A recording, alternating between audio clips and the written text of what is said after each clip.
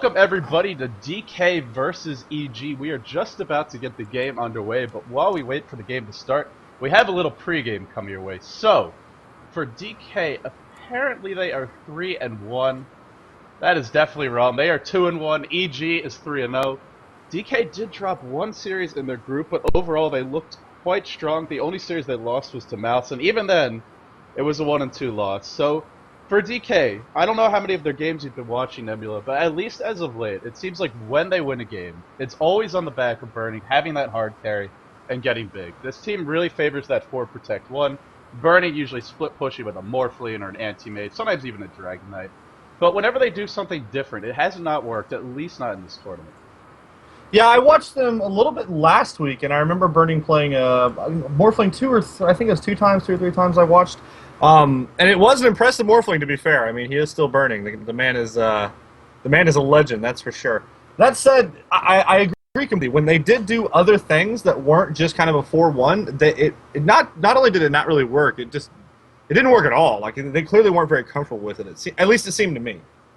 Yeah, and you know, it's one of these things where DK is clearly trying to incorporate other strategies into their game plan. They've done things like put Burning on Panda, go for sort of a mid-game timing push, team fight supremacy kind of lineup. They're trying other things here and there. They're just not working as well. So in the end, it is always that hard carry they seem to fall back on. Now, from my sources have been telling me just now that apparently DK has been practicing very hard the past week or so. So maybe they'll have some new tricks in store for us. Oh man, that's good times. I really like it when coming into the international, like we're getting pretty close now. It's just 2 weeks away or 2.5 weeks away till I fly out. I don't know when you're flying out, but we're getting closer. It's like 3 weeks away from the actual event itself now. And as we get closer and closer to it, I feel like it's that time that teams need to start locking in on what they really want to do. And these are the last few, probably the last week or two, that you're really, or probably the last week, I would say, that you really have an opportunity to really try things. Because going into that last week before you go to Seattle, you really don't want to keep trying crap up to the last moment. Because even if you find something, you have, a day to make sure it works? Like, it doesn't... I think that's a little bit questionable. But I think this next week in general is going to be very interesting as far as, seeing new strategies. Right. On top of that, the teams, they could try and scrimmage here and there, but a lot of them will be traveling. A lot of them will be acclimated to the new time zone, trying to get comfortable in Seattle. I mean, depending on where you're coming from, if you're Complexity, you're not going to have too much to adjust to. You're just flying up a couple hundred miles for the most part. But if you're DK, one of these Chinese teams, a team from Europe, you have a lot of time zones that you're slipping across. So, with all that being said, let's actually talk a little bit about EG, because we really haven't done it just yet, and we're just about to get here into the game. But for EG, as of late, they've been running, I want to say traditionally, but not really traditionally. Like, the past month or so, they've been running not too many hard carries, but a lot of heroes like Lone Druid, who are kind of these tanky presences in the front line. That was really Fear's signature carry for the past month or so. But as of late, he's been transitioning more into Morphling, and there was a recent interview, I believe it was with Bulba, where he said that they just wanted to try something more aggressive for him. And so they've been going with the Morphling, and it's worked out pretty well. They actually did drop a best out of 3 yesterday to Absolute Legends at ECAL. And they tried a Riki in that game, did not work out. The stream cut in and out, but I did see Fear getting picked off by the Morphling on AL side. So overall, EG as a team, they've been experimenting a bit too, but still their stable heroes are going to be things like the Venomancer, the Enigma, and the Chad, and those heroes they have great win rates with.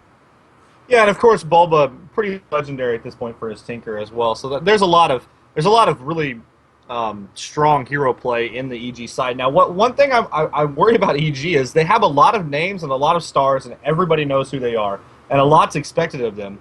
But I feel like they, it's good to see them trying this kind of Morphling thing and trying these more aggressive strategies, because I feel like for the past couple of weeks they've really been doing the same thing. Kind of over and over. So it's good to see them, venturing off, because clearly they have so much individual talent that they really should be capable of being very versatile and having making a bit of a splash in the international. So it's really funny you say that, because really I feel the same way about DK. They keep on doing the same thing. Yes, but what makes absolutely these two teams very unique is that they do that same thing incredibly well. So with all that being said, we are ready to jump into the game. The picks are underway. Just got through the first stage of the bans here, and let me make sure that my in-game is enabled so everybody can hear me and go to TV. Looks like we should be good. So DK, they ban out a bunch of pushing heroes. They first picked the Rubik, This is another hero that EG has been running a lot, so not only picking up for themselves, also denied to EG, but EG gets some signature heroes. You mentioned the Tinker. The Enigma will be picked up as well. Most likely that'll be played by maelk, although yesterday Bulba did play it, and he went solo mid. Not to the... I want to say that was not a very successful game. I might be thinking of another one, but probably this will be maelk, so especially since the Tinker is there as well. Yeah, if they do go for a Morphling as well, because they have been running, as you said, running Morphling a bit more recently. I think Fear actually played it when they had Tinker last time. Is obviously you're going to put Bulba on Tinker. That's just how it is. That's just what's going to happen. So I'm pretty sure if they do go for any kind of Morphling here, it would be a Fear-based Morphling. Now rubik, man, rubik is a really strong and interesting hero, but only if your opponents have like really useful skill to steal. Now, obviously, EG go ahead and throw them a bone and immediately grab Enigma after the Rubik, which is kind of giving away exactly what they want. I honestly don't think there's really a way to draft around Rubik. I really don't believe there is one. What are you going to do, pick a bunch of heroes that don't have any activated abilities, you know?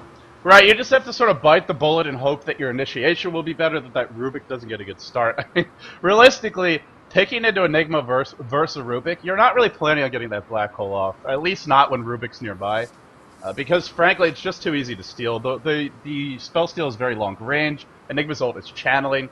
Even if you get a BKB, Rubik can still steal it, and then, of course, Black Hole will go through that BKB. So, I wouldn't expect too many big Black Holes this game, at least not in the mid-game. Now, I say that, I've certainly been wrong before. maelk could surprise and impress me, but they're not going to go for the Morphling. Instead, they go for a Broodmother.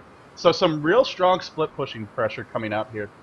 Now, I find it interesting that DK's gone for the Enchantress, because to me, if you don't kill Tinker early, you're going to have a real tough time pushing or doing anything in the mid-game. So a lot of pressure will be on DK to make something happen here in the first 5 minutes or so. Yeah, but they do have Venomancer, and Venomancer and Enchantress are a pretty lethal combination early on for taking down heroes. Now, it is going to be a bit more difficult for them to gang Tinker on the Radiant side than it would be on the Dire side. Oh, they are on the Dire side. My apologies. So it'll be a little bit more easier for them than to gang that Tinker on the Dire side. So, you know, they're not in like dire straits as far as picking goes here. I think this is decent, but you are correct. As soon as Tinker starts to get leveled up, if they don't have any towers gone down, that Enchantress is going to be a whole lot less useful. Especially if Tinker goes for, or Bulba goes for any kind of quick March of the Machines build, as he's been inclined to do. I'm completely with you there. I mean, March of the Machines, we actually saw, who was it who went laser rockets? I want to say it was Absolute Legends from this very same tournament about a couple days ago. They went for a laser rockets build on Tinker solo mid, and the problem with that build is, if it doesn't work, there's really no fallback plan, because you can't stack Ancients, you can't really farm them. One point in March is nice, but it's not enough to farm up the stacked Ancients. And if you're not safe in lane, if you're not finding the killing openings, there's really no plan B. So I would expect the March build, especially with Brood on the table, and like you said, it makes it really hard for Enchantress to do anything once he gets the levels. But early on, Tinker is very gankable, so EG are going to have to protect him. Yeah, that's definitely, I think that's the biggest transition that Tinker has had as far as like the metagame goes, or the competitive playstyle, because if you look back like a year ago, nobody went March rockets. Everybody was doing laser rockets, and you were reliant upon your Tinker to leave the middle lane and try and get gangs early on, and that when that worked, it was fantastic. I remember one game where Misery was like 13-0 early on, but because he went laser rockets, he didn't end up getting a lot of farm after that. He got a ton of kills, but they still ended up losing that game. And what the March of the Machines does is if you have any kind of failures at all, you can still fall back on, well, I'm still farming, I'm still getting items, I'm still Tinker. If I have enough items, I'm still going to be able to do a lot. So I think that's one thing that's kind of led to the resurgence in Tinker's play recently. It's just the fact that March of the Machines makes him a lot more resilient if you start out with that. So. Yeah, there's so many other avenues and approaches to the game when you have that ability. Whether it's jungling, slowing down the push. It's a great way to put it. Now for DK, they ban out a bunch of support heroes here. The Shadow Shaman, which in this game would definitely be a support, as well as Crystal Maiden, and I like both of these bans here. EG definitely need those disables. It makes me wonder, what does DK have in mind for that hard carry? The Anti-Mage is on the board, the Morphling is on the board, and either of these could be quite potent against EG's lineup. Especially I feel that Morphling, because early on, Tinker very squishy, Enigma pretty squishy as well, and even Broodmother with Sentry Wards, with the proper setup, can be ganked off early on. We'll have to see where they want to go, but if DK want their hard carry, they have their options. Yeah, and then EG goes ahead and kind of counter ganks here a bit. They ban the SK, obviously really, really strong against Broodmother, removing SK, pretty much the best thing you can do if you have a Brood on your team. Likewise, Enigma very strong, or Leviathan very strong against Enigma. Ravage very good at canceling in black holes. I mean, if you don't catch the Leviathan in the black hole, it's going to get canceled. The range on Levy is just too big. So the counter bans there are pretty solid. I actually think that Shadow Shaman would have been played as a laner here. I just want to disagree with you a little bit there. I think they would have put Shadow Shaman in mid lane, but they do go ahead and grab Beastmaster. Beastmaster's definitely going to be probably, yeah, okay. It's definitely going to be long lane top. You see the Beastmaster all the time going the long lane nowadays. Typically more so on the Dire side because you can stack the Ancients easier. You can still do it on the Radiant side. It's not impossible, but it's not quite as easy to do. Well, they have their options here. To me, DK is the team that has to... They have... To me, the thing is, I think DK really need to find the right matchups. They need to shut somebody down, whether it's the Brood or the Tinker. You can't let these heroes have a good start, so I wouldn't be surprised if they ran an offensive tri-lane, if it's, say, Bulba up in the safe lane. Maybe they're going to run a solo mid Enigma. I doubt it, because they already have Brood and Tinker, but you never know. So to me, DK are the team that really need to... the pressure is on them to find the good matchups and to find a way to shut down the Tinker, shut down the Broodmother early. So I think DK might... I wouldn't be surprised at all if they make some adjustments to their lanes, depending on what they're seeing from EG. Yeah, and I really like this Windrunner pick by EG. Obviously, Windrunner is a really strong hero, and Shackle Shots make it broken. But beyond that, Windrunner does... We're just talking about how the matching of the lanes is going to be so important. Windrunner throws a wrench into all of those, because at any moment, you can just throw Windrunner on any other random lane and just rotate completely and completely screw up matchups. Like, for instance, DK could be thinking, oh, well, they're going to run Windrunner solo bottom, right? And then all of a sudden, they're like, oh, no, we're going to Windrunner middle. Or, oh, we're going to Windrunner up top as a support hero. And all of a sudden, your planned lanes just don't happen. I think Windrunner is really great as far as just completely throwing a wrench into the plans of lane matchups. She's really a wrench, a screwdriver, and a hammer all in one. Here you go. Yeah, as well as a broken shackle shot. Yeah, so we see the Morphling being grabbed here, so Burning's Morphling will be on full display today. We got a couple clutch heroes with Tinker's or Bulba's Tinker as well as Morphling's DK. This should be a fun matchup. Now, Morphling as a hero, everybody knows all about him. If he gets enough farm, if he's very strong early on at getting kills because of waveform, and if he gets fat later on, he can just right-click everybody. If he goes for shotgun, he can assassinate heroes like Tinker, Winter, and Broodmother very quickly. He's just a very powerful, versatile hero. I feel like Morphling is just awesome. He's easily one of my favorite heroes in Dota. I'm with you there. My question is, where are they going to throw this Morphling? Now, traditionally, we have seen Burning up in the safe lane, getting that protected farm. But with this DK lineup, they're pretty versatile in their own right. Rubik could solo, Venomancer can if he needs to, probably will be the support of this game. Beastmaster can solo multiple lanes as well.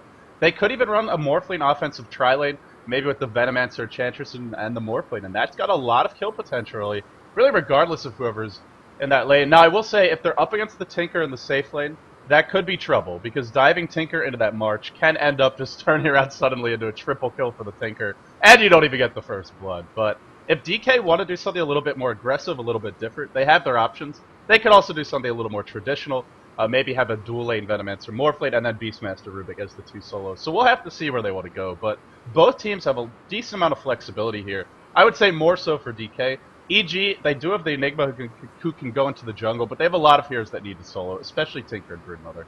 And it's a Lion, so we're probably going to see those spider lanes jungling with the Lion together. This should be interesting. Yes, yeah. I wouldn't be surprised if we see mass jungling here. I think there's a good chance that Winter is going to be solo. I think they're going to have 3 solos with an Enigma jungle and Lion helping out with the Broodmother. Now, they could have Winter be in lane as well as a support hero, which is not completely unseen or unheard of, but I don't think that's what's going to happen. On the DK side, I think it's going to be Beastmaster on that top lane, probably Rubik middle, and then Morphling on that bottom protected lane with Enchantress and Venomancer in the jungle. I fully expect that. And then they're going to be able to rock out the jungle to try and gang after Tinker in middle.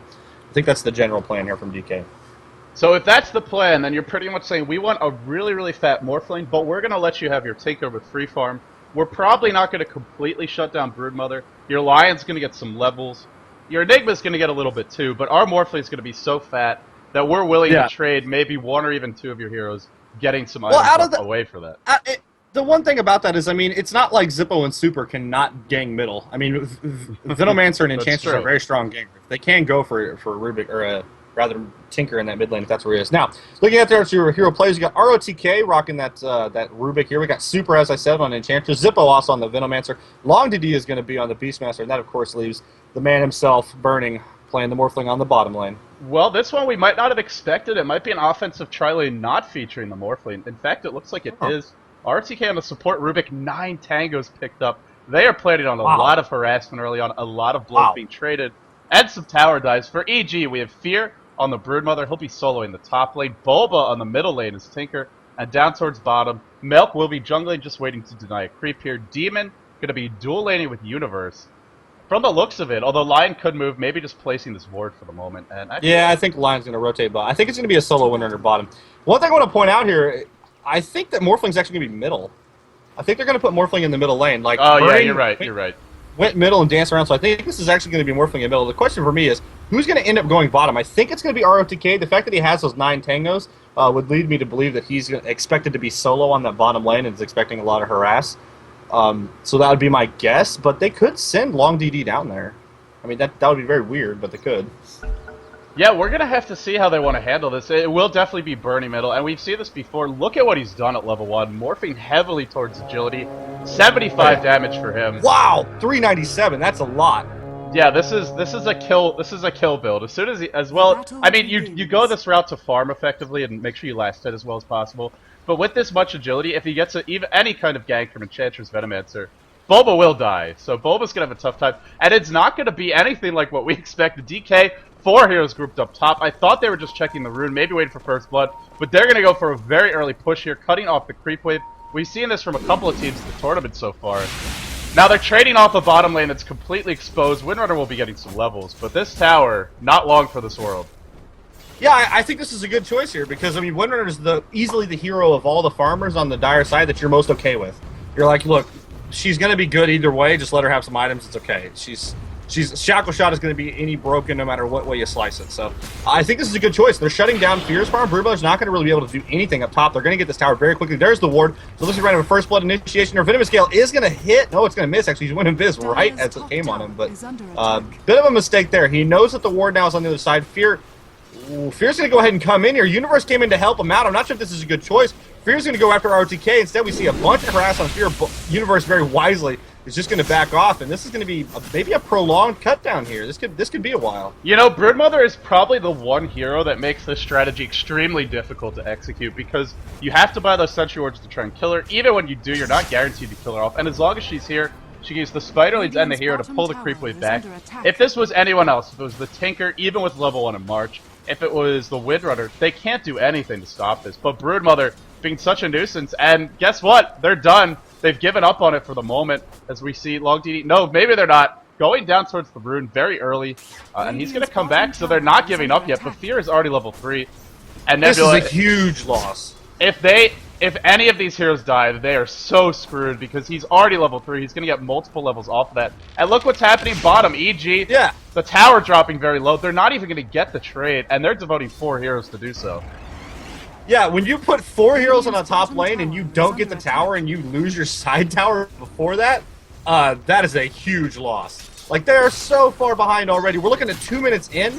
They've basically cheesed. They've gone for a cheese on EG, and it's not working. They've already got outpushed. They lost their tower first when they had 4 men. 4 men with summons like the Enchantress and Aura up top. That is rough. Well, it's clear that DK is experimenting, but I think it's safe to say this was not the right game to run this strategy. Oh, the Gale is going to hit on Universe. They might go for the dive here, but we'll have to see if they have enough to bring him down. No, just Zippo for the moment. He will live. Meanwhile, Fear completely fine up top. And then the bottom lane, the pressure continues. Demon, early Reign of Basilius picked up. Love that item selection. And for the Radiant, there is no Reign of Basilius. So I have to say, to me, that's a blunder. If you're going to run this kind of 4-hero push, you need an early Reign of Basilius. We've seen the teams that do before, MUFC, Orange, even Dare has done this occasionally. They always start with a Reign of Basilius just for the +2 armor and the creeps. Yeah, so rotk is now forced to TP bottom. They're not going to get this top tower. It's just not happening anytime soon. They've already lost that bottom tower. Demon's level 3, Enigma and Jungle's level 3. If you look at the sides, other sides, Long DD's 3, Super's 2, Zippo's 2, and on bottom, looks like Rubik's just now going to pick up his 3. So the only real good thing going on is that Morphling did get a lot of last hits starting out here in middle as he's sitting on 13. But, I mean, Enigma's ahead of him. Obviously, he did start in the jungle. We're going to see, there's just so many wards in action up on this top lane. It looks like we're going to see a pull here from DK trying to cut the creep wave off again. But Fear with those spiderlings, this isn't really threatening the tower in any way. I'm really surprised that Universe has not died yet, because he's a lion up against what was a quad mid most of the game. And honestly, it just goes back to his positioning. Even when he was being dope, he's all the way to tier 2. Sentry Ward gets dropped, but Fear is just going to run away. Net just catching him at maximum range, but another whip, and he'll be absolutely fine. And this is just such a waste of time for DK. Level 3 on all these heroes. Meanwhile, as we look at the experience graph, well, unsurprisingly, big advantage for the Dire. Bulba already 4. Even maelk is hitting 4. And of course, Demon in the bottom lane 4 as well. So they're really falling behind here. Fear is 5, and he's been up against 4 heroes. This is not what you want. Oh, here we go. Bulba, first blood claim. He went for a point in laser, a point in missiles. Gets one, and now he'll pop the invis after the haste. Bulba, the master of the runes this game, and he'll be absolutely fine. Yeah, I mean, you get first blood when there's 4 heroes on one side. Like, I don't know what to tell you. So Tinker getting that first blood is pretty big here. I mean, Burning was getting a bit of a last-hit advantage in the middle lane, so this gives Bulba a little bit more ability. Now, obviously, that 1 point in laser early on, not completely uncommon on this build. You'll still max the march, and you'll still put into heat-seeking missile second. But you're getting like that. Obviously, the laser miss is pretty important as we see Burning go ahead and waving up on Bulba. But there is March going on, and again, he only has 568 HP, so it's actually going to take a bunch of damage. And Bulba going to be more than content to let him walk around as we see rotk actually dying on that bottom lane. Oh, Burning wants to go in here. Bulba, he's got a level 3 wave. He's thinking about it, and he's not going to. Meanwhile, top lane, big dive on the long DD. Fear level 6 already has the ult, not using it just yet. One more spawn Spiderling charge, not going to do it. Lives with 10 HP. Drops down to 8. The Spiderling's still going to be chased. Those Spiderlings, can they catch him? The axes. Oh, he drops to 8 again, but he will live. Meanwhile, maelk gets caught out in the jungle. maelk will go down. Finally, DK gets on the board, but that one kill definitely not enough. They're going to need more, and... well, Nebula, we talked about it a little bit in the pregame. They wanted to shut down Bulba before he gets multiple points in the March of the Machines. They go for a 4-man push to try and circumvent that anti-push, but now he's 5. He hasn't died just yet. Sure, no boots of travel up, but if they ever try and push his lane, that's not happening. Yeah, well, middle's not going down anytime soon. And I think that's why they've decided to put Burning in middles, because they just want farm. Burning is going to get a bunch of harass on Bulba, though. I mean, Wave is level 4 now. Waveform does a bunch of damage. When it hits level 4, or I'm sorry, it's level 3. When it hits level 4, it's going to be 325 damage on top of the initiation. It allows you to get a lot of last hits, and because of how much he's morphed into agility here, he's sitting at 92 damage per attack. So it's not like Bulba's invincible, though that laser, at 1 point in laser, is going to make it a lot harder. But I don't think they're too concerned about pushing the middle lane right now. That's not really where their focus is. Clearly they can't anyway, even if they wanted to. And here's the thing, though: you pick an Enchantress, you run a quad lane, your Beastmaster even gets an early point in Inner Beast. Your plan was to push, and now you can. So they're going to fall back, and I like the fact that DK are not forcing the issue too much. We saw rotk rotate at bottom. If he had stayed top, he'd probably be level 3 right now, but he's 5, getting close to having spell steal. That could be a game changer. If he steals March of the Machines, really any of the Dire spells would be fantastic to have on hand. Aside from those level 1 spells coming out from Taker. So they're not out of this by any means, but they are on the back foot. It's going to free up EG to get the farm, continue to get the levels, and EG, the 2 big farmers in the game, leading the way. That'll be maelk as well as the Broodmother. And you see him initiating in the middle on Bulba. He is going to take a laser and a waveform, and he is going to go down. So Burning does get a kill in the middle there. It's a little bit of rebuttal. Yeah, 1,200 gold on Burning, so with that kill, he's doing pretty well. What will he go for? Did you see him? Sorry, did you see him dodging all the machines there? After he got the kill, he stood in the middle of the march and just juked back and forth and dodged each machine. That was baller. Anyway, they are going to go ahead and pressure this middle tower. With Bulba being dead, though, this tower is pretty easy.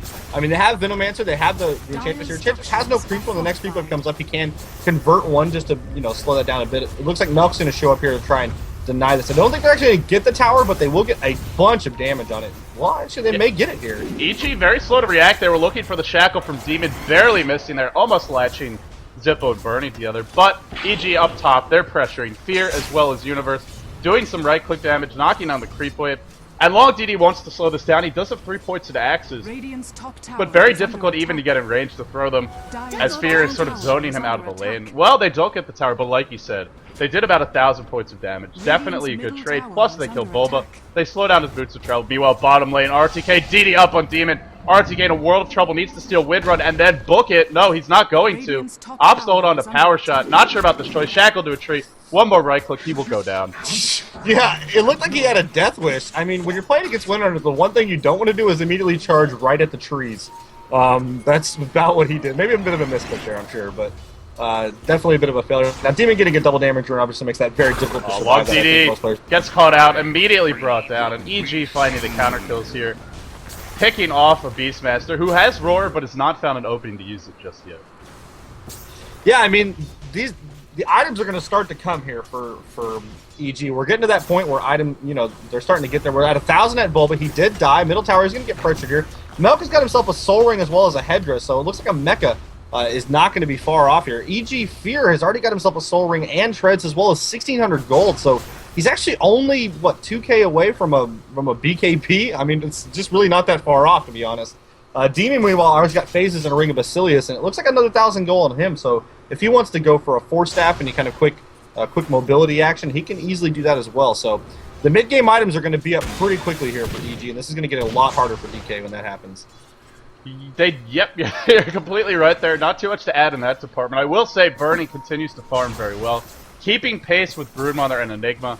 No small feat, but he's not way ahead, and oftentimes when we cast Burning, he is way ahead, or he's anti-mage and he's rushing a Battle Fury, at which point the farm rate accelerates out of control. Now, Morphling will farm faster as he gets more agility, but there's not like that one item like a Battle Fury where your farm just jumps up exponentially as soon as you pick it up. Here we go, though, middle lane, smoked up RTK in the front lines. Level 7 already, has not placed the 7th skill point just yet. Oh, they catch Bulba. This is bad. Bulba will go down again. Now Universe picks up an Invis, goes Invis, and he will survive.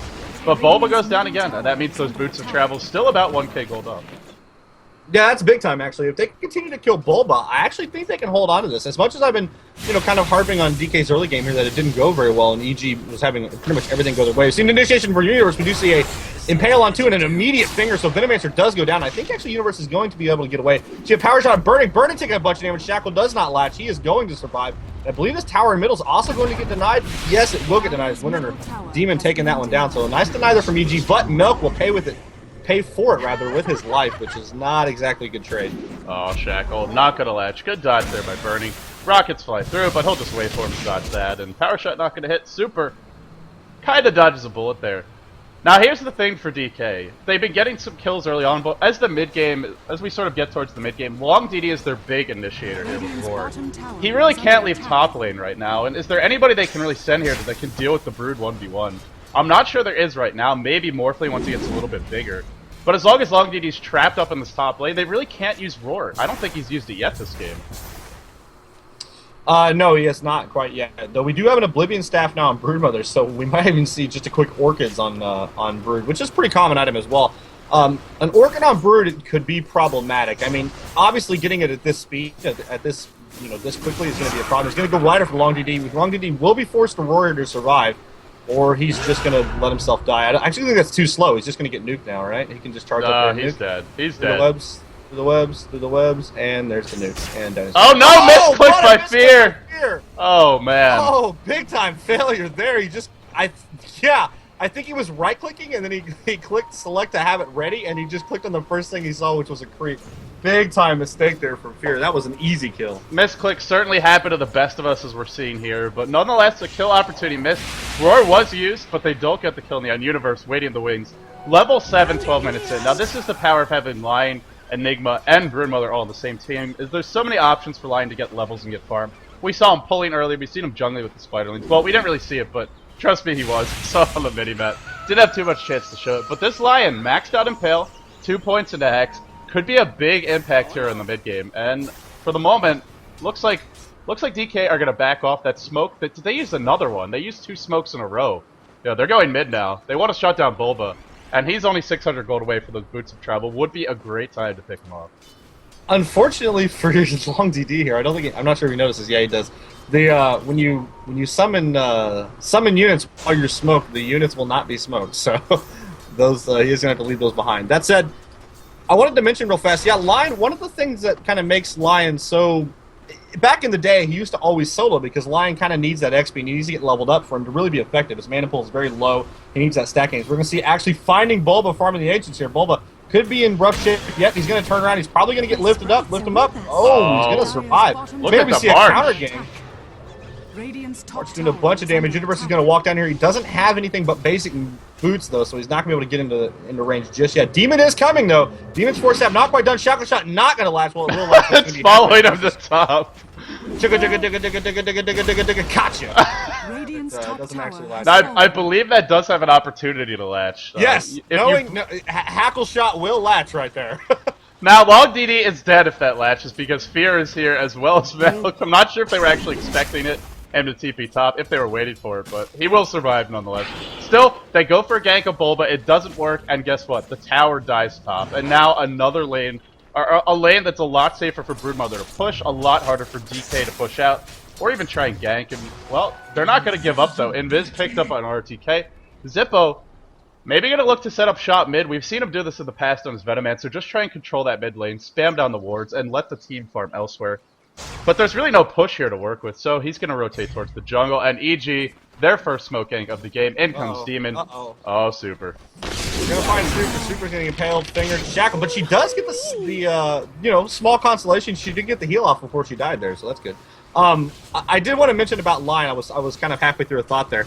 Lion, you know, back in the day, like 2 years ago, he was in the solo lane because he wanted all that XP and stuff, and it's kind of transitioned out to where he's not a very strong, you know, you give him a lot of farm and whatnot, and he can have an impact on the game, but he's not going to carry you.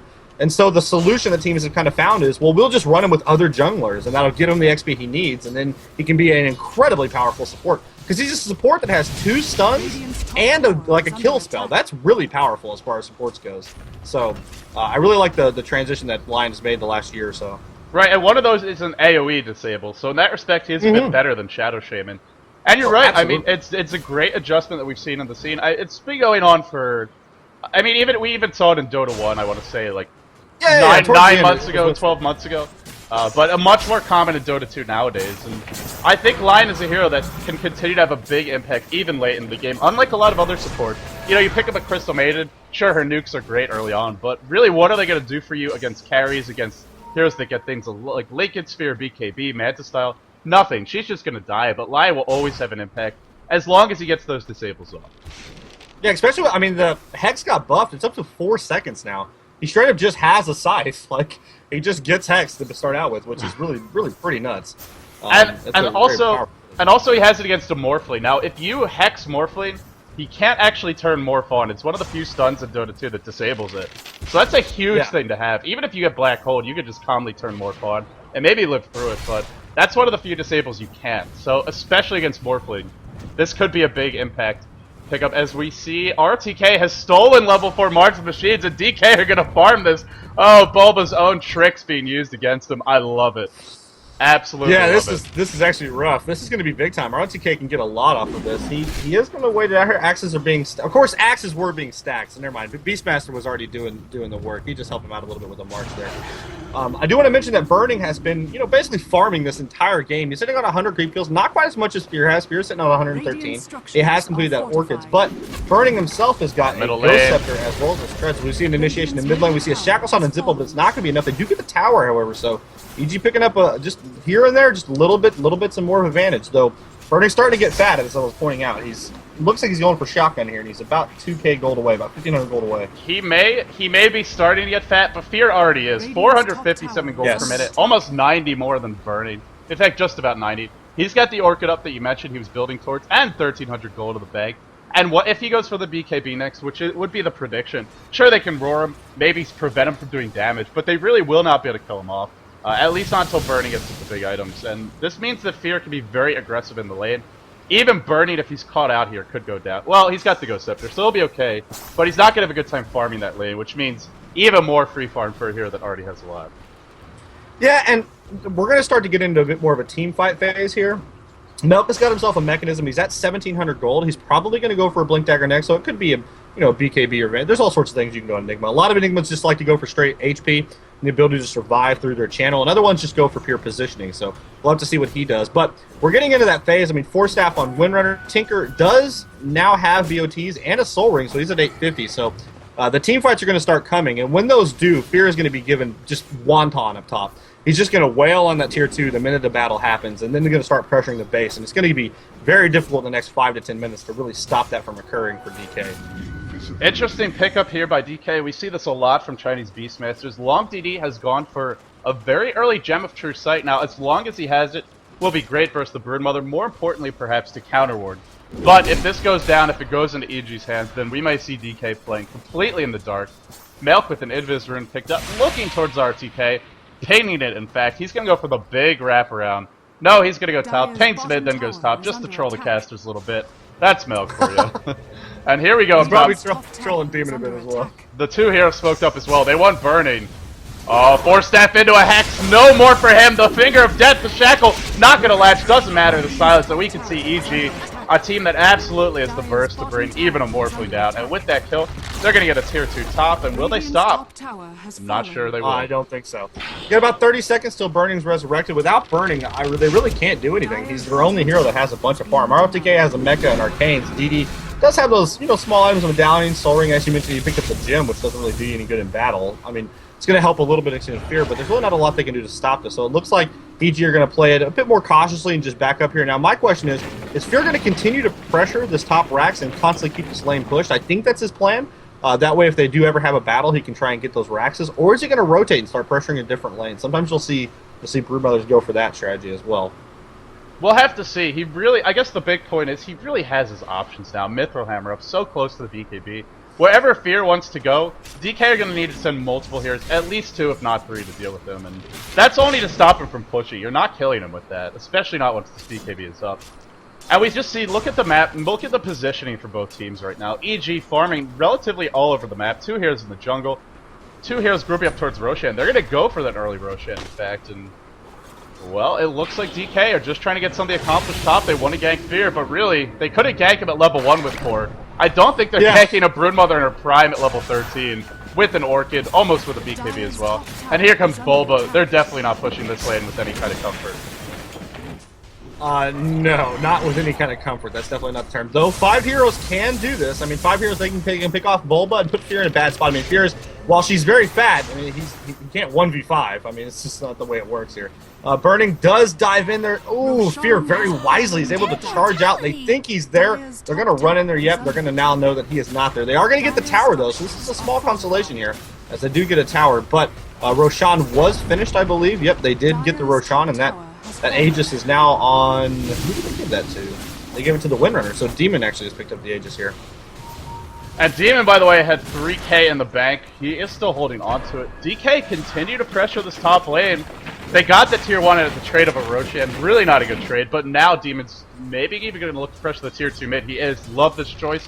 Not going to back up. Going to force some TPs or going to force DK to lose the tower. And here we go. They're backing off top. They're going to rotate into the EG jungle. Maybe try and go to defend mid. Burning close to the shotgun. It's 22 minutes in. Normally this is a pretty decent shotgun timing, and it still is this game. The problem is EG are getting the levels, they're getting the items up. Mech and Blink Dagger over maelk.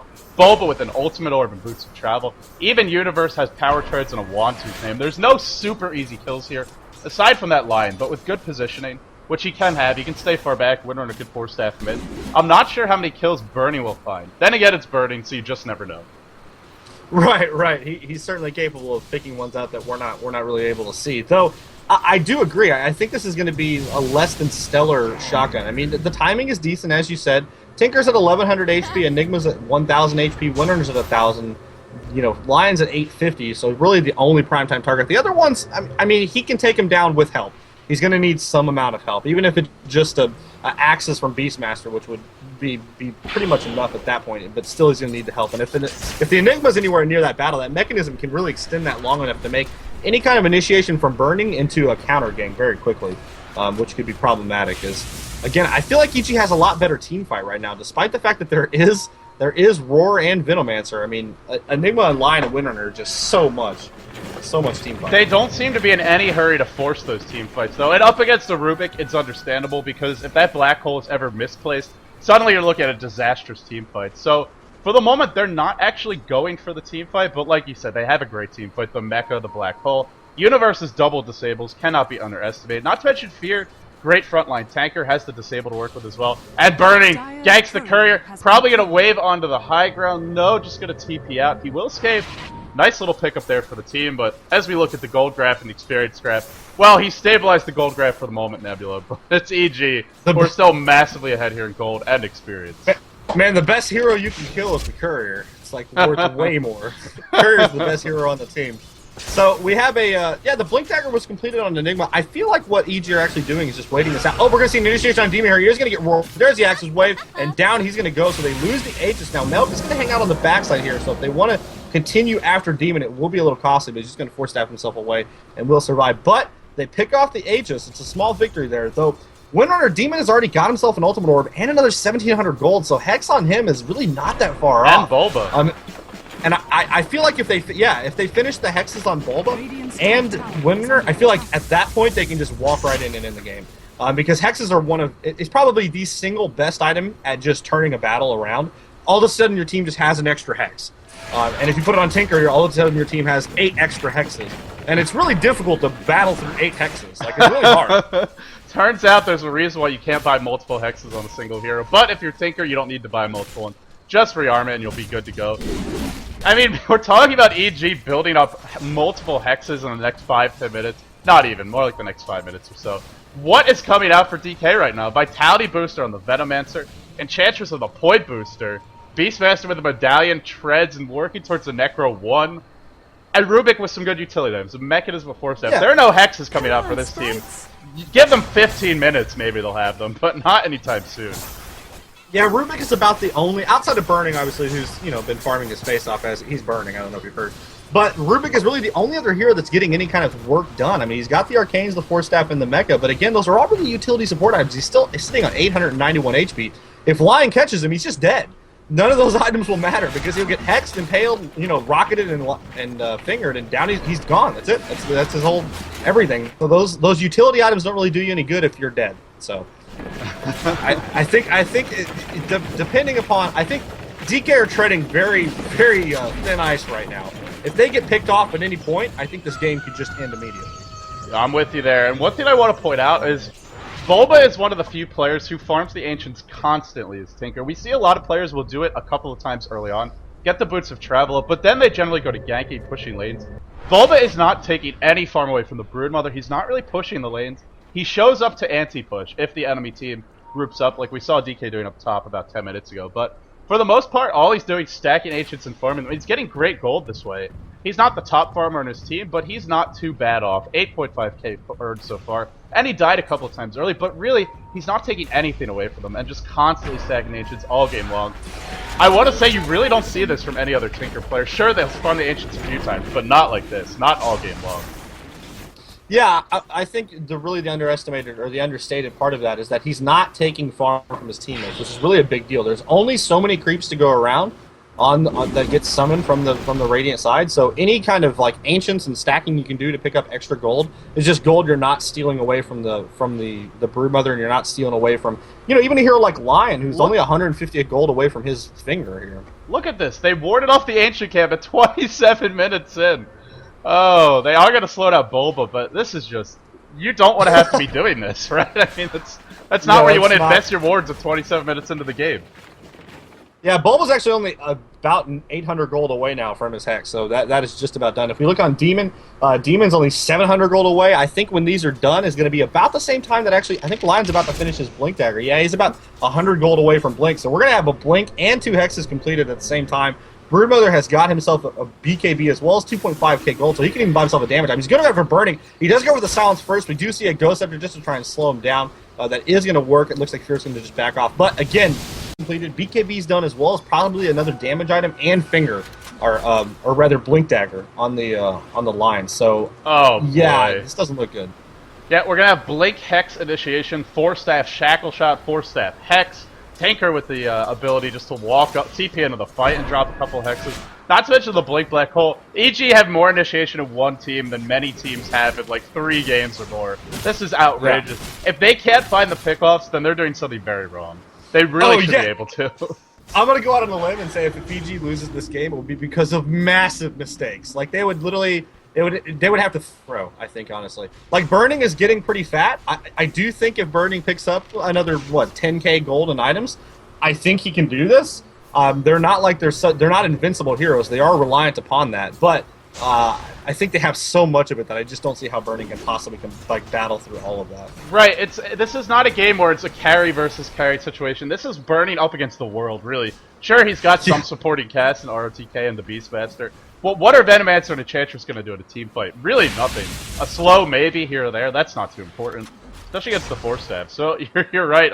He needs at least 10k gold, at least 2 big items, maybe a BKB, and then some sort of damage item. But is he really going to get the time to farm that? Probably not. Like you said, I think they're just waiting for the double scythe.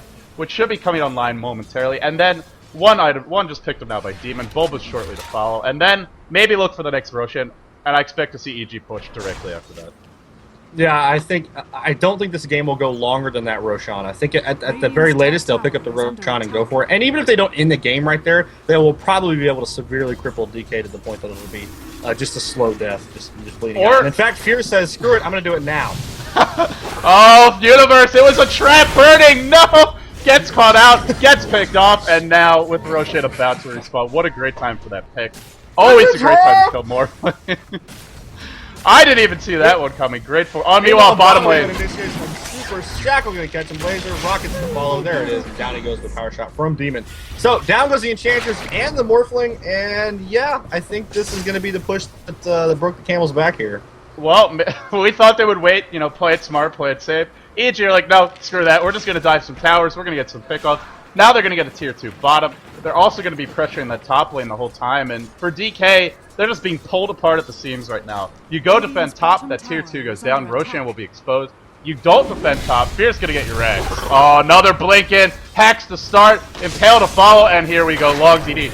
Almost certain to go down, a couple more right clicks, BKB is available. He is gonna use it, the Roar not available in time, meanwhile RTK comes in. RTK probably gonna die now, already used, no, he still has the 4-step in the mech. This could be a great bait. Taker TP's in, Taker's TP gets cancelled from the looks of things. And Fierce just gonna run away. Meanwhile, bottom lane, they're just pushing high ground here, but they do get one pick off on the Lion. Now Burning's going on to Fear. Did he buy back? I guess he no. Burning went ahead and just TP'd up top, picked off the line. So he did get him, but the bottom tower is now going to be pressured. That said, they did take down one of the big initiations heroes, the blink on the Lion. So it's not like this Raxers are going to fall just yet, but Fear's going to pull back. He's going to get some more HP back up off of the ancient camps, or the neutral camps is what exactly he's going to do. Going to continue to pressure. Top tower only has 680. Bottom tower only has 316. So literally, they could probably just go for this Roshan now, which I believe is what they're going to do. Probably going to gather here, go up top. Yep, it looks like that's going to be the plan here. Demon's even going to bottom himself a haste rune, so after they get the Roshan, they'll be able to run in it even faster than they already were, I guess. Oh, Burning. Ballsy play. He's going to pay for this one. Gets scythed up, gets orchided up as well, and he will go down. Orchided, that is not a word. Well, but if you orchided somebody before they are able to, you can't morph while you're silenced. You can't activate it. You can have it active, and then they can't stop it, but you can't toggle it. I don't believe it. Well, they get a pick off on Bernie, and look what this does to DK. 4 heroes up top, smoked up, the smoke gets revealed, they know Fear is here, Roar to start, Gale to follow, Fear just gonna stand there and accept this fate, but it's fine. His team is getting Aegis in the meantime. It's a big kill to get, but he still has 6k gold after that death. He's gonna have an MKB, or whatever big item he wants, coming up after these messages. Yeah, I said I thought he was gonna get another damage item, and he hasn't yet purchased it, but he's sitting on, as you mentioned, 5.8k now. He's gonna buy something, right? I mean, surely there's some item that he is deciding that he's wanting. I feel like it's gonna be the MK. Do what? It stands to reason. Yes, exactly. I think probably the Manta, maybe the MKB, I think are the two choices here that he's really looking for. I mean, Butterfly wouldn't be bad either. That's a pretty solid item. Oh, here we go. Double blink hex for EG now, and that one of those is a rearmable blink hex. This is gonna be trouble. Yeah, there's also a 4-staff hex as well, and a windrun hex, and there's also a haste hex at the moment. So every flavor of this is like the hex store, and we have every flavor under the sun available for you. Right. Oh, right. There's even, of course, and as you mentioned, there's chocolate covered hex black hole. Yeah. There's still a.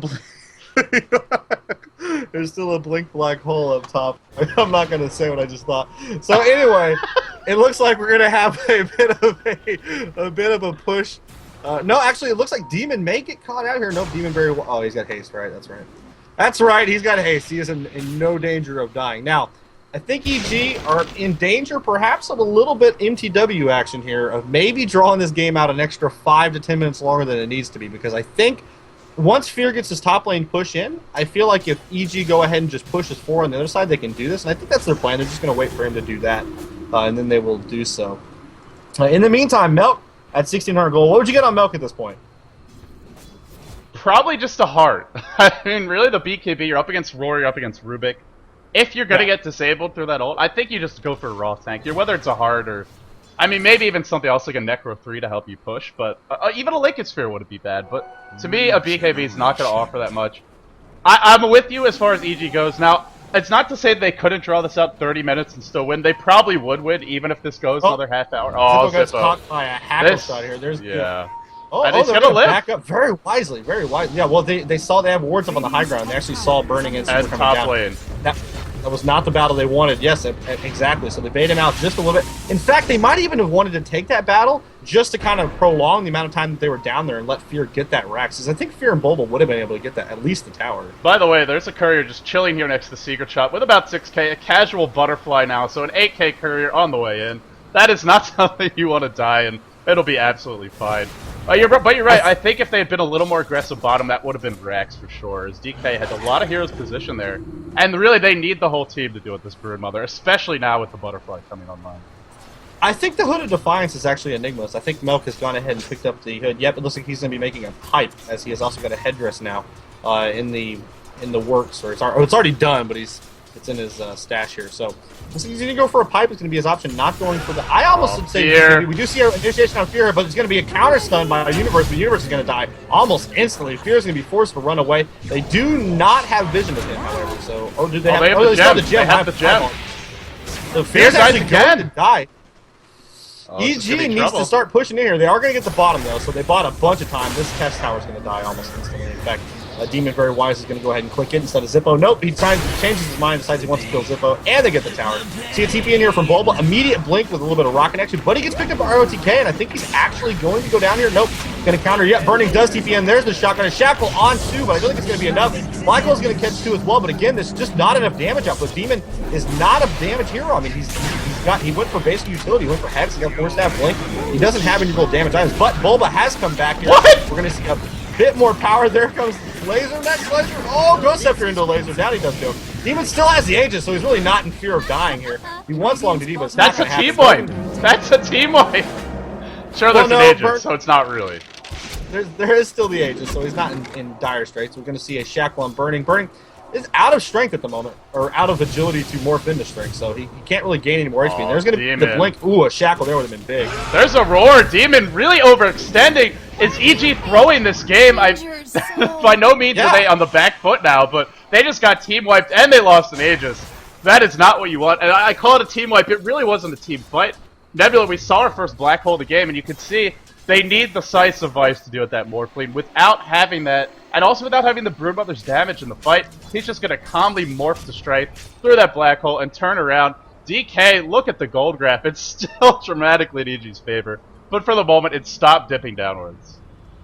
Yeah, and I want to mention, I did say that I thought maybe there was a chance that they could wait this out too long and start to lose, because, I mean, despite the fact that they have a lot of great team fight and a lot of initiation, there is still not a true carry on the Dire side. They have a Broodmother, but she's really a 35-minute monster. After that, she's just, she's a little spider, and you just crush her. I still think EG would have this if they just grouped as 5, because really, what are DK going to do in a team fight? They don't have it. They don't have a black hole. They don't have a Ravage. Sure, you can try and disable and pick heroes off, but with a mech, a pipe, multiple sites, this is one of those rare games where maybe you're better off not trying to split push with Broodmother because he's getting picked off.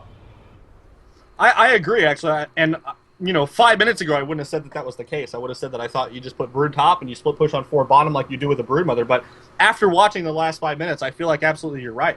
Because when they have that black hole doesn't do anything if Broodmother's not there.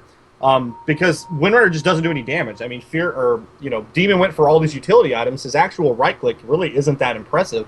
And without bulba there to spam a bunch of stuff, and honestly, that's a big deal if bulba is there. But if they just lose their heroes, that black hole doesn't actually accomplish much. It just kind of pauses the game for a couple seconds while everybody stands there and goes, okay, well, as soon as this black hole's done, I'm going to continue to kill your team. So...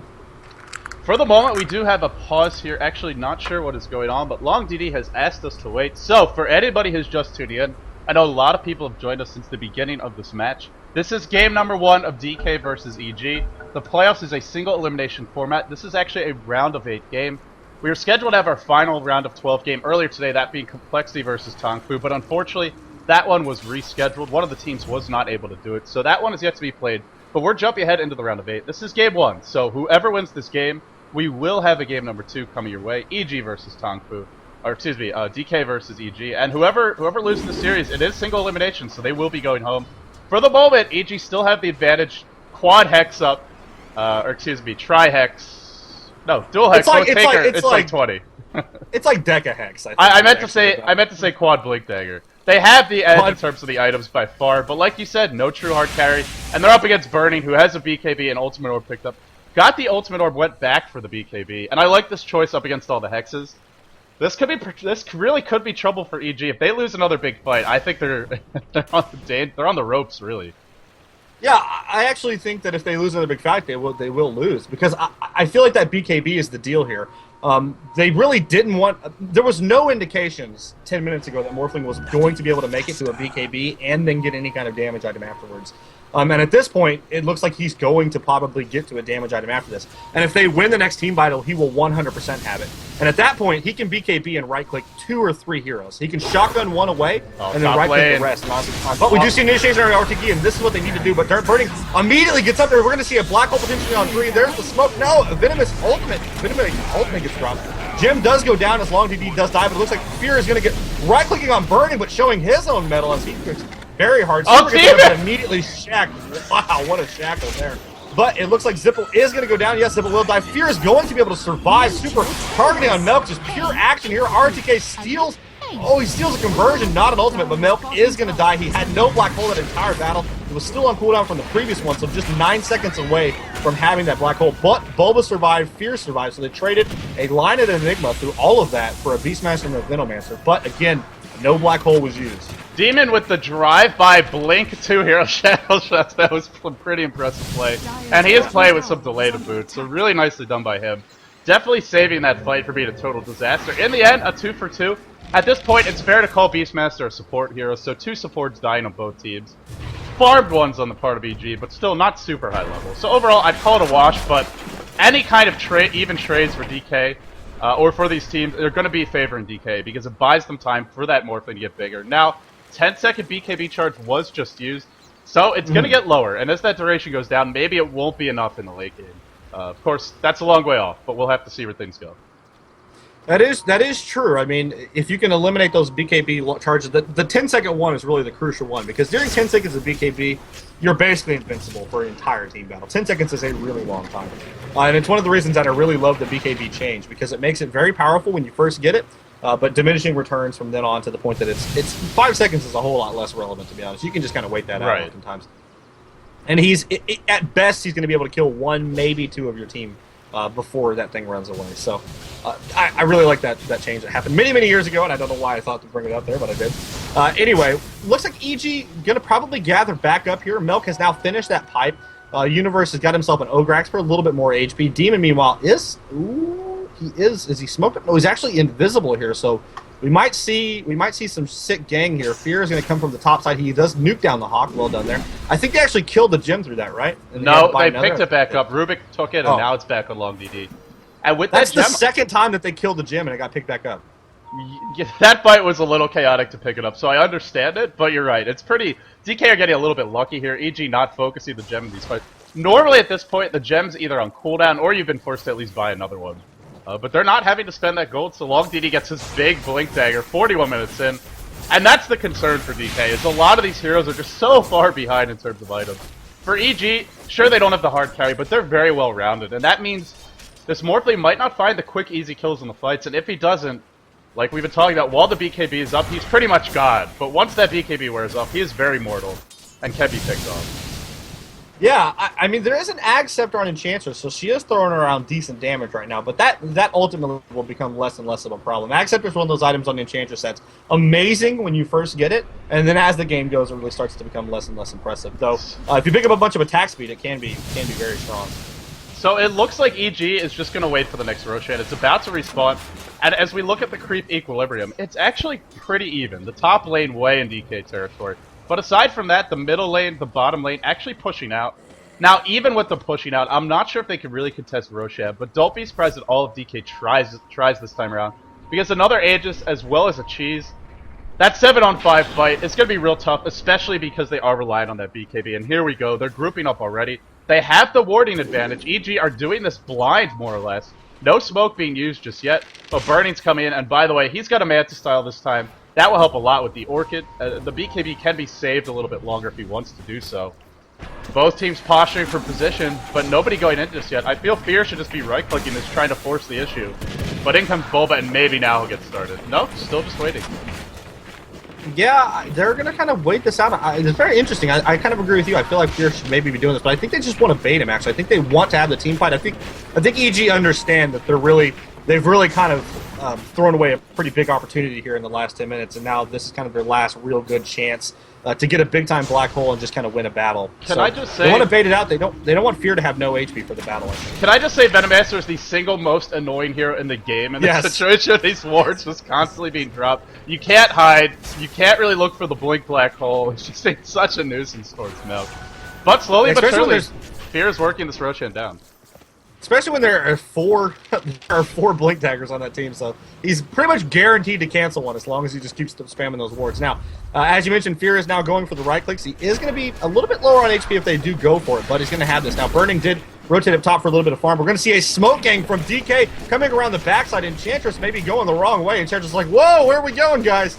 But he's going to go ahead and follow around here the backside. We're going to see an initiation here. They are going to get the Roshan before they get in here, but just barely. They get the Roshan. Burning comes in. We're going to see a wave up on the high ground. He's going to go right over Universe. Universe is going to go down almost instantly, but Burning is in BKB and standing on the high ground, not really doing anything. And big black hole on Warrior, but he gets immediately stolen by rotk. We're going to see a counter black hole right after that. There it is on the two of them. Fear's going to be targeted down here. maelk's going to be the target, actually. Super wants to take him down. We see a mechanism saving him for a little bit longer, but he's going to die. Fear's going to die as well. It looks like Demon may be the next one to fall. Burning just right-clicking people down, but Bulba comes back in here. Aegis is going to be cracked on the Broodmother, so she's going to be right back. We see a counter here. Bulba is going to go down, though. Bulba taking a bunch of damage. He does die, but they get the Burning. Fear's going to right-click on Super. Zippo is going to be the next target. Can Zippo get away? Don't think so, not with Demon there. Demon's going to come down there, and down goes the Zippo. So all 5 heroes of DK go down, but they get just two, and the Aegis. What a battle. And now the question becomes, who has buyback? I guess before we address that, if DK had done it about 3-4 seconds earlier, they probably would have wiped EG. The only reason EG wins that fight is because they get the Aegis. As well as the cheese, which they didn't actually use. Man, what an engagement. rotk is such a boss, but we're seeing a couple buybacks coming out. Oh, blink in by Bulba, and this is where that blink sight is gonna be too much. rotk goes down. Another blink in. Bulba just relentlessly driving DK back to the fountain. They're gonna get 1 Rex, probably a lot more. Morphling still went for the Manta style. Bernie went all in on that fight, and we saw with the BKB up, he was pretty much immortal. Was forced to run for a little bit by Demon, but once the BKB were off, sight down, lockdown, and picked off. But now 1 Rex down. Will EG stop? Looks like they will. No, maybe not. There's still 20 seconds till Bulba's alive, and there's only 3 heroes. I think they can actually just rotate and go middle, and yeah, this is going to be what they're doing. We do see maelk a little... maelk is nowhere near the battle. He's having a bamboo motor. He doesn't know where the bases are, but he's going to figure it out here. He's going to go in middle here. This middle Rax is going to go down. Zippo, a little bit aggressively, he's just going to feed, actually. When Zippo dies, now they're down 2 heroes. So even when Burning comes back, he doesn't really have a whole lot of support to help him out. And I think this is the problem that a lot of players get. They get very aggressive. I'm not saying that DK are bad players by any stretch of the imagination, but when you throw heroes away when you're waiting for other heroes to res, you're constantly behind. You're just never going to be able to defend after that. Yeah, we're seeing it now. They get 2 Racks. They also still have a Venomancer who's dead for 40 seconds. One of the other things I want to point out about that fight is we're seeing a lot of heroes for DK that don't really do too much in these fights. At this point in the game, Enchantress was doing some good damage, but no disables. Blink and Roar, they want Bulba. They should be able to get him here. There you go, Bernie with the shotgun. Really overkill there. Didn't even need the adaptive, but they get it. Still, mega creeps up for EG. It was a rage kill. And actually, going back to your point about the heroes not doing anything, I think it's very clear that this game was kind of lost for DK in the first 10 minutes. I mean, it wasn't completely lost. In fact, EG did their best to kind of throw it the last 15 minutes or so. But essentially what happened is DK went for a strategy on the top lane that could not have failed any harder. They sent 4 heroes against the solo lane, and they didn't get the tower.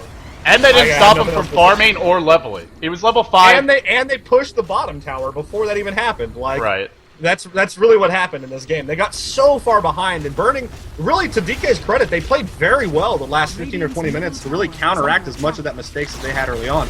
But they just put themselves behind the 8 ball so far that it was almost too much for them. for really anybody. Credit DK for this. They were playing down by about 12 to 15k gold for the last 20 minutes of the game, and they still almost pull it off. Really, that fight, if the smoke gang could come around 3-4 seconds, maybe 5 seconds earlier, they'd probably win that fight, and with it, I would say the game, or at least have a great chance of doing so. Well, they're certainly back on level footing, if not advantageous at that point. So, Nebula, whenever I cast with you, the games are fantastic. I don't know what else to say. I'm LD of dotacommentaries.com. Of course, he is Nebula. This was only game number 1. Round of 8 action for Beyond the Summits World Tour. We will be coming back momentarily with game number 2. And guys, by the way, dotacommentaries.com, it will be going down, undergoing some maintenance. We have a new website coming. But that means if you want to catch the VODs, you won't be able to use the website's links for now. If you miss any of the games you want to catch those VODs, youtube.com/LDdota. That'll be the place to go for today's action and possibly for the next set of matches. But for now, that does it for game number 1. Nebula, thanks for joining me for this, and we'll be coming back momentarily with game number 2. Don't go anywhere.